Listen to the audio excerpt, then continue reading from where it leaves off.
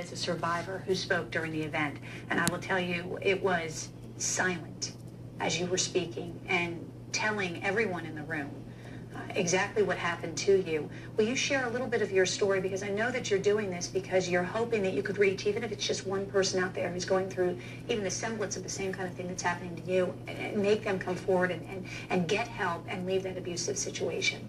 Yes. It started out as a child, because I was abused as a child, and I didn't realize that there was a lot of issues that came over into adulthood. And when I realized where the root of the problem was, I had to pluck it out.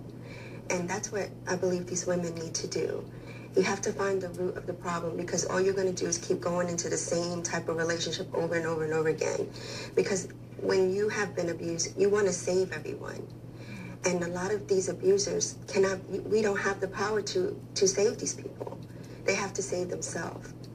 And we'll stay in these relationships hoping they would change. And that's what I did.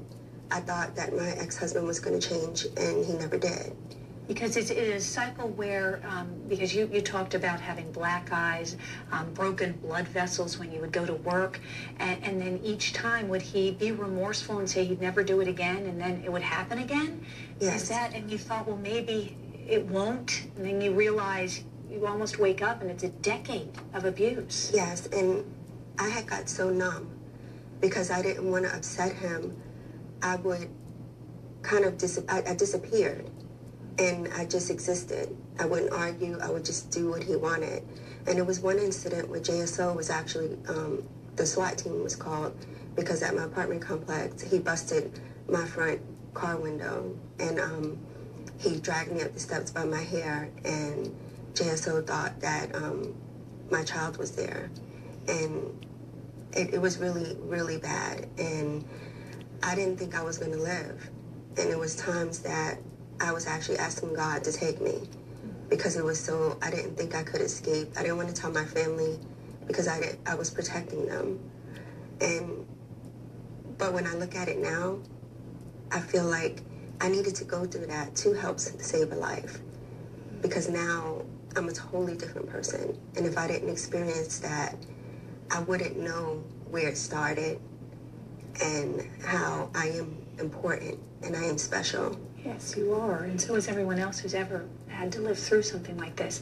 Do you think that it was because of the abuse that you had experienced as a child that you felt that this was just sort of normal? Is that why it took so long? Yes. To say, I'm not going to let this happen to me anymore, I'm going to get help? Yes.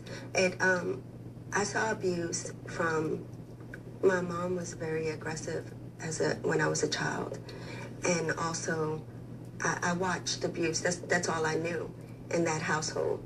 But I was taken from my mom and was put with my dad, where it was a totally different environment. And it was because of my grandmother's love what taught me that this is what love is. Love doesn't hurt. And if it wasn't for her and for a lot of the other supportive people, I wouldn't have saw what it was. But I did realize that when my dad died, I got into my first abusive relationship, where I was locked in a house and the guy tortured me. When my stepdad died is when I met my ex-husband, who was very abusive. So it was the correlation. I felt like I didn't have anybody. I felt like I wasn't going to be protected. I watched my mom get raped when I was 4. And that trauma made me feel like I needed someone in my house. So it didn't matter what this man was doing. I was so afraid of being alone. So it stemmed from my childhood, but I didn't know that until I started getting help for myself. And that's what I want these women to realize. They have to get help. And I really hope that, I think that the system is flawed, because if a person is an alcoholic, you put them in Alcoholics Anonymous. But the women, we need help. We have to get into some type of counseling. And I think it should be mandatory. When you know a woman is being abused, you have to get her into counseling, because she has to know her worth. And if she doesn't know that she's worthy of a better situation, she's going to stay there. And that is how you get her out of that situation. You're always worthy. You're always worthy. Thank you.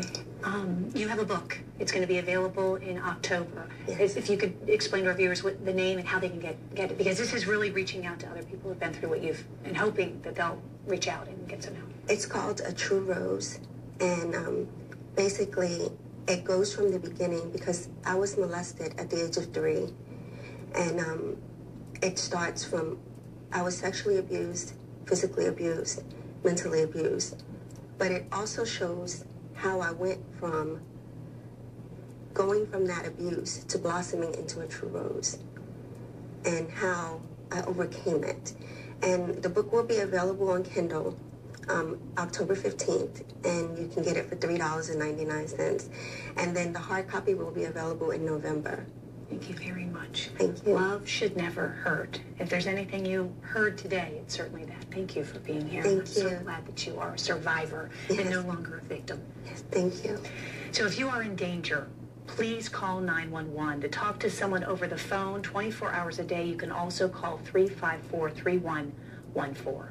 Bruce? That second number, by the way, is for Hubbard.